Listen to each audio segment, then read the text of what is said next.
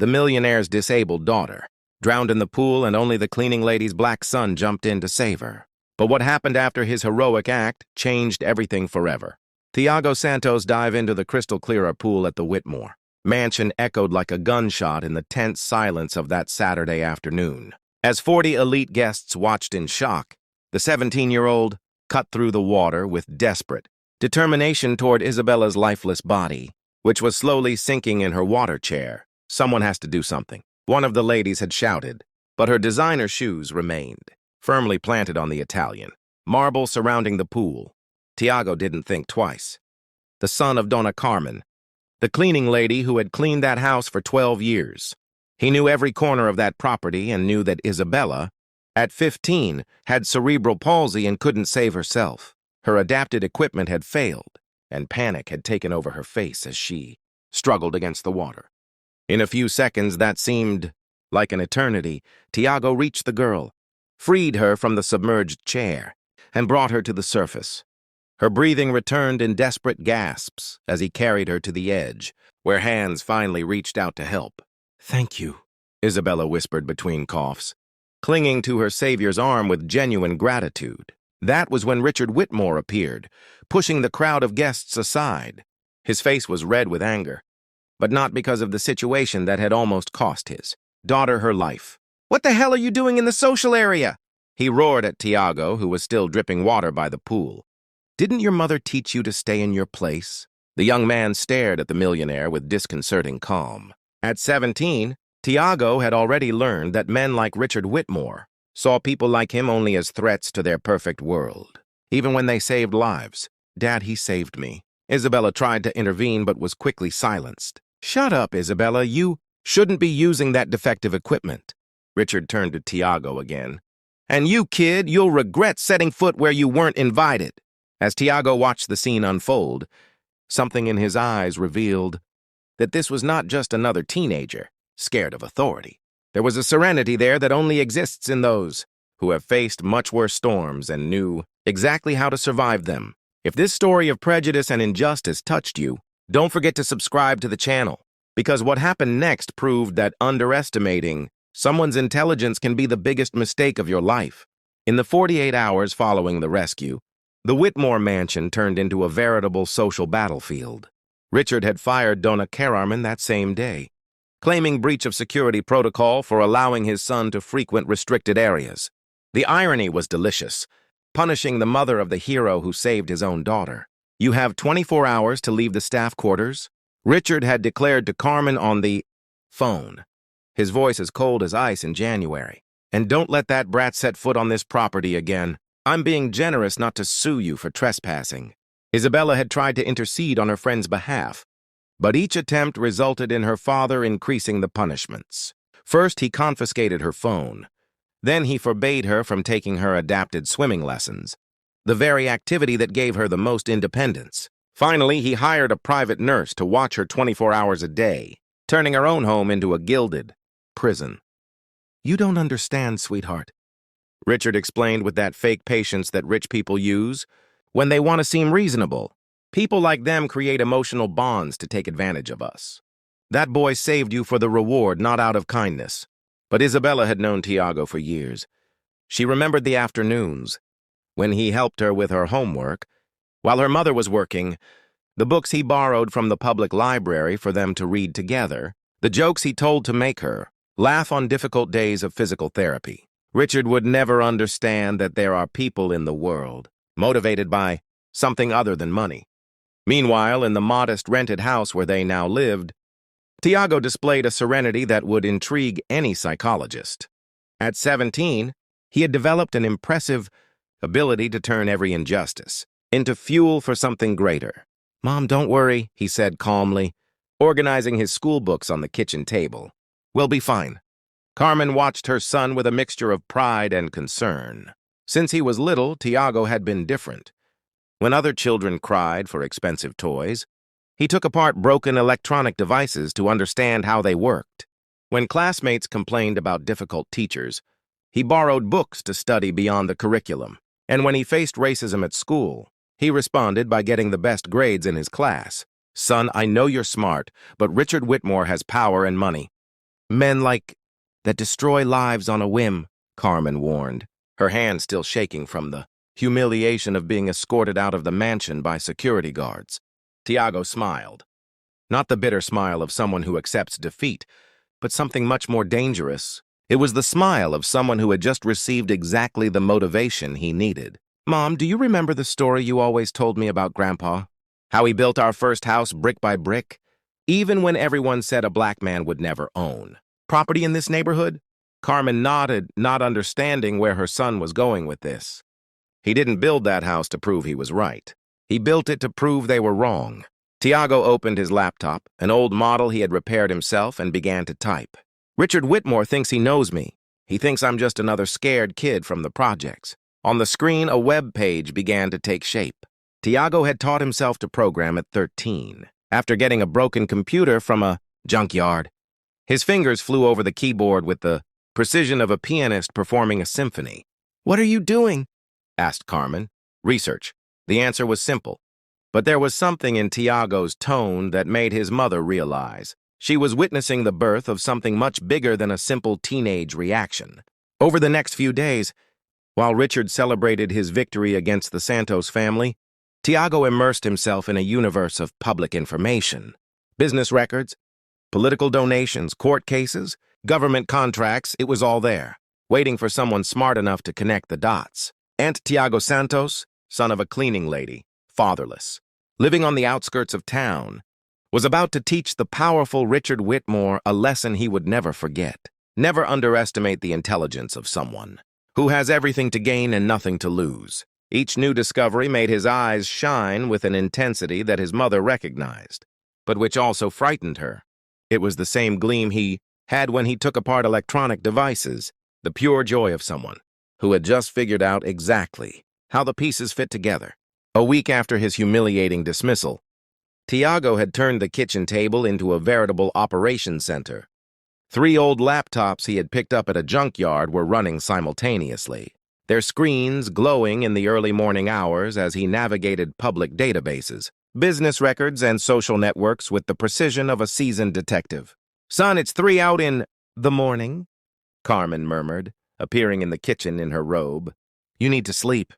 15 more minutes, Mom, Tiago replied without looking up from the screens. I'm almost done with an important part. What Carmen didn't know was that her son had discovered something fascinating about Richard Whitmore. The man who presented himself as an upstanding real estate mogul had a history of hushed labor lawsuits, suspicious government contracts, and a network of shell companies that would make any federal prosecutor salivate with interest. At school, Tiago found the perfect ally in a person no one would expect. Professor Janet Morrison, a former investigative journalist, who had become an educator after exposing a political scandal that nearly cost her her career. She noticed when Tiago began asking sophisticated questions about corporate law and journalistic ethics during class. You're investigating someone, aren't you? She asked after class, her experience, recognizing the signs immediately. Tiago hesitated, but something in the teacher's demeanor made him trust her. Yes, ma'am, the man who fired my mother unfairly. Janet smiled, not with pity, but with professional respect. Show me what you've got. When Tiago presented his preliminary findings, Janet was impressed. In 1 week, the young man had compiled information that would take an experienced journalist months to gather. You have a natural talent for this, she admitted. But you need legal guidance so you don't make mistakes that could hurt the case. Meanwhile, Richard Whitmore continued his campaign of cruelty with the arrogance typical of someone who had never faced real consequences. He had hired a security firm to monitor the Santos family, convinced that they would try to get revenge in some primitive way. People like them are predictable, he commented on the phone to his lawyer. They'll probably try to sue for wrongful dismissal or create some kind of scandal on social media. Nothing that a few $1,000 in legal fees won't solve. What Richard didn't know was that his own security cameras had captured his most incriminating conversations. Tiago had discovered that the mansion's surveillance system had a glaring vulnerability. Richard himself had insisted on having remote access via his cell phone, creating a loophole that a skilled programmer could exploit. Isabella, confined to her gilded prison, found an ingenious way to communicate with the outside world. Her nurse, a compassionate woman named Rosa, couldn't ignore the glaring injustice of the situation and secretly allowed the girl to use her personal phone. "I need to talk to Tiago," Isabella had begged. "Just 5 minutes, please." When they finally got to talk, Isabella provided crucial information that even Tiago's online investigations had failed to uncover. "My father has a secret office in the basement," she whispered into the phone. "I hear him talking there every night with people I've never seen, and there's a safe behind my grandfather's picture." Tiago absorbed every detail, his strategic mind connecting this information with everything he had already discovered. The puzzle was coming together, and the final picture would be devastating for Richard Whitmore. Professor Janet had introduced Tiago to Marcus Chun, a civil rights lawyer who worked pro bono on cases of social injustice. Marcus was intrigued not only by the evidence the young man had compiled, but by the sophistication of his approach. "You're 17 years old, and you're already putting together better cases than some lawyers," Marcus observed during their first meeting. "But we need to be careful.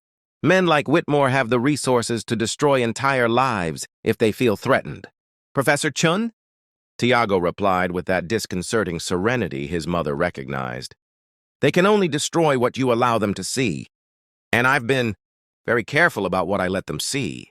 Over the next 2 weeks, while Richard celebrated his supposed victory over the troubled family, Tiago worked 18 hours a day refining his plan. Every insult, every display of arrogance, every act of cruelty Richard committed was carefully documented and filed away. Carmen watched, her son's transformation with a mixture of pride and concern. The boy, who had always been mature for his age, now displayed a strategic depth that was almost frightening. His sleepless nights were spent not on games or social media, but on building something she didn't yet fully understand. "Mom," Tiago said one morning, closing the last laptop and stretching after another early morning of work, "you know that story about Grandpa building our first house brick by brick?" "Of course, son." He didn't just prove he was right. He built something that lasted for generations. Tiago smiled, and for the first time in weeks, Carmen recognized her son's genuine smile. "Richard Whitmore thinks he knows me. He thinks I'm just another angry young man who will give up when the anger passes." Carmen felt a chill run down her spine, not from fear, but from anticipation. "What he doesn't know is that I'm not just building revenge. I'm building a legacy." Tiago opened a folder on his computer, revealing months of meticulous work. "And when I'm done, the whole town will know exactly who Richard Whitmore is." At that moment, with a morning light illuminating her son's determined face, Carmen realized she was witnessing something extraordinary. Beneath Richard Whitmore's cruel arrogance, an unstoppable force had been born, fueled not by anger, but by a relentless pursuit of justice that would forever change the lives of everyone involved. Monday morning began like any other for Richard Whitmore until his phone exploded with 53 missed calls before. Eta, his secretary, was hysterical. Reporters surrounded the Whitmore Holdings building, and his wife had locked the doors to their mansion, refusing to speak to anyone. "What the hell is going on?" Richard roared at his lawyer, Harrison Wells, who appeared in his office with a face as pale as a sheet. "Richard, we need to talk now." Wells closed the door and activated the soundproofing, a protocol reserved only for the most devastating crisis. Someone leaked everything. And when I say everything, I mean absolutely everything. On the computer screen, Wells opened dozens of web pages simultaneously. The Herald Tribune read, "Real estate magnate used shell companies to launder money." The Financial Times had published fraudulent government contracts yielded millions to Whitmore. But it was the Washington Post headline that made Richard slump in his chair. "Secret recordings reveal plans to eliminate witnesses." "That's impossible," Richard whispered, his hands shaking as he scrolled through the articles. "No one had access to that information. My office is bugged.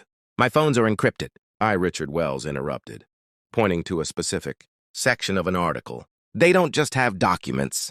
They have audio recordings of your conversations in your secret basement office. Conversations where you discuss in detail how to solve the Santos problem after they get involved where they shouldn't." Richard's blood ran cold. Those conversations had taken place in his most private sanctuary, the office that not even his wife knew existed. Who could have done this? The answer came in the form of an email addressed exclusively to Richard, sent from an address he recognized immediately. Investigate KO to Whitmore, edgemail.com. The sender had signed simply TS. Mr. Whitmore, over the past 6 weeks, I have systematically documented your criminal activities through public sources, recordings obtained legally via security breaches in your own systems, and testimony from people you have severely underestimated. Your shell companies documented, your fraudulent contracts exposed, your threats against my family recorded, your deliberate negligence toward Isabella filmed. You said people like me are predictable. You were right. I predicted exactly how you would react when your arrogance was exposed publicly. The difference between us is simple. You use your power to destroy innocent lives. I use my intelligence to protect those. I love and expose those who harm others. P.S. The federal authorities have already received copies of everything. Your accounts were frozen 20 minutes ago. Sincerely, Tiago Santos, the boy you underestimated. Richard read the email 3 times, his mind refusing to process the reality. A 17-year-old teenager had destroyed an empire built over decades. This can't be happening, he muttered, his hands sweating as he tried to access his online bank accounts. Access denied. All of them. Richard, there's more. Wells said, his voice barely audible. They have a video of you threatening the Santos family on the day you fired them. Someone hid a camera in your office during the conversation. In fact, there was no hidden camera. Isabella, using Rose's phone, had recorded the entire conversation through an open call that Tiago had secretly received. But Richard didn't need to know those technical details. Richard's phone rang. It was the FBI. Mr. Whitmore, this is Special Agent Victoria Torres. We have a search and seizure warrant for your properties and offices. We request your immediate presence at our office to clarify the charges of money laundering, tax fraud, and witness intimidation. As Richard tried to formulate a response, Wells whispered urgently, "They're already at the mansion." Isabella is being interviewed by social services about parental neglect and a toxic home environment. The irony was delicious. Richard had spent weeks boasting about how he had put that family in its place, never imagining that every act of cruelty was being meticulously documented and turned into evidence against him. Across town, Tiago watched the news in the small apartment he now shared with his mother. Carmen was in tears, not from sadness, but from overwhelming pride in the son, who had turned a brutal injustice into a lesson in dignity and intelligence. "Son, how did you pull this off?" she asked, still in disbelief. "Mom, you taught me that education is the one thing no one can take away from you." Richard Whitmore forgot that intelligence has no color, social class, or address. He underestimated me because he saw only a black kid from the projects. He didn't see a self-taught programmer, a natural strategist, someone who has learned to turn every obstacle into fuel for something greater. Professor Janet called ecstatic. "Tiago, 3 universities have already called offering full scholarships after they heard about your investigative work. Harvard, MIT, and Stanford want to talk to you this week." Marcus Chun, the lawyer, showed up an hour later with official documents. "Isabella's family has filed a request for you to be named her educational guardian while she is under state protection. She specifically asked to continue studying with you." At that moment, as sirens echoed through the city toward Whitmore's properties, Tiago smiled with the serenity of someone who had proven a fundamental point.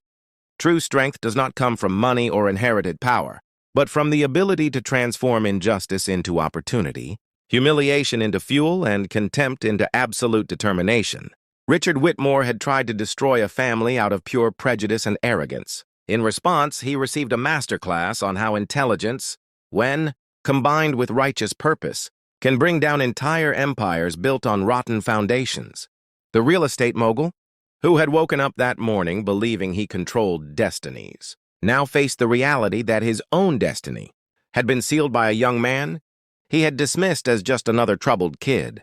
The crucial difference was that Tiago Santos had never underestimated anyone, especially not the destructive power of blind arrogance in men who confuse privilege with superiority. 6 months after Richard Whitmore's spectacular fall, the transformation in Tiago Santos' life seemed like something out of a movie, but it was absolutely real. The young man who had been humiliated and expelled from a mansion now walked the halls of Harvard University with a full scholarship in computer science and digital law, a double degree created, especially for him after 3 universities competed for his enrollment.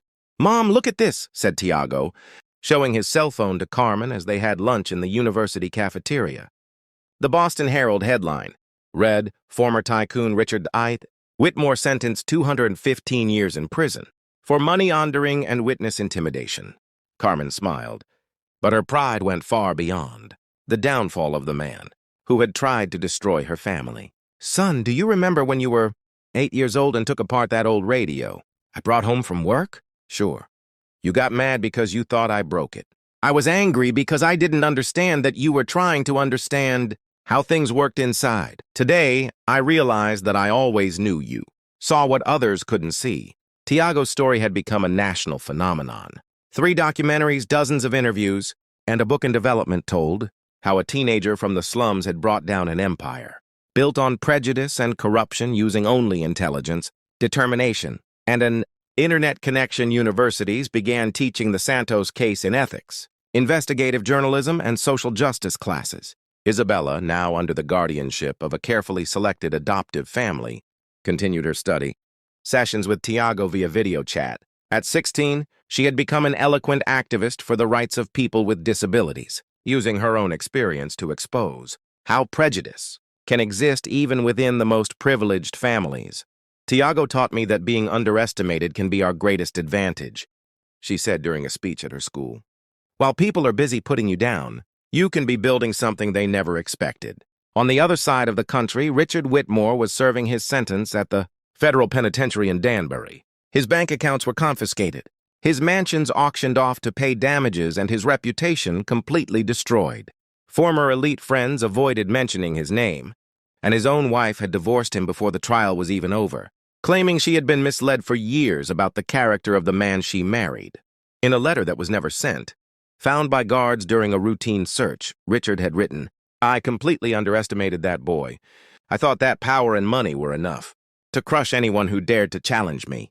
I never imagined that he had the intelligence and patience to build my own destruction brick by brick, using my arrogance as fuel."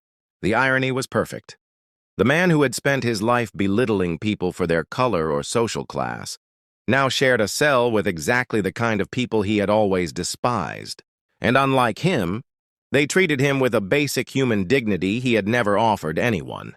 Marcus Chun, the lawyer who had mentored Tiago, now ran the Santos Chin Institute for Digital Justice, funded by donations that poured in from across the country after the story went viral.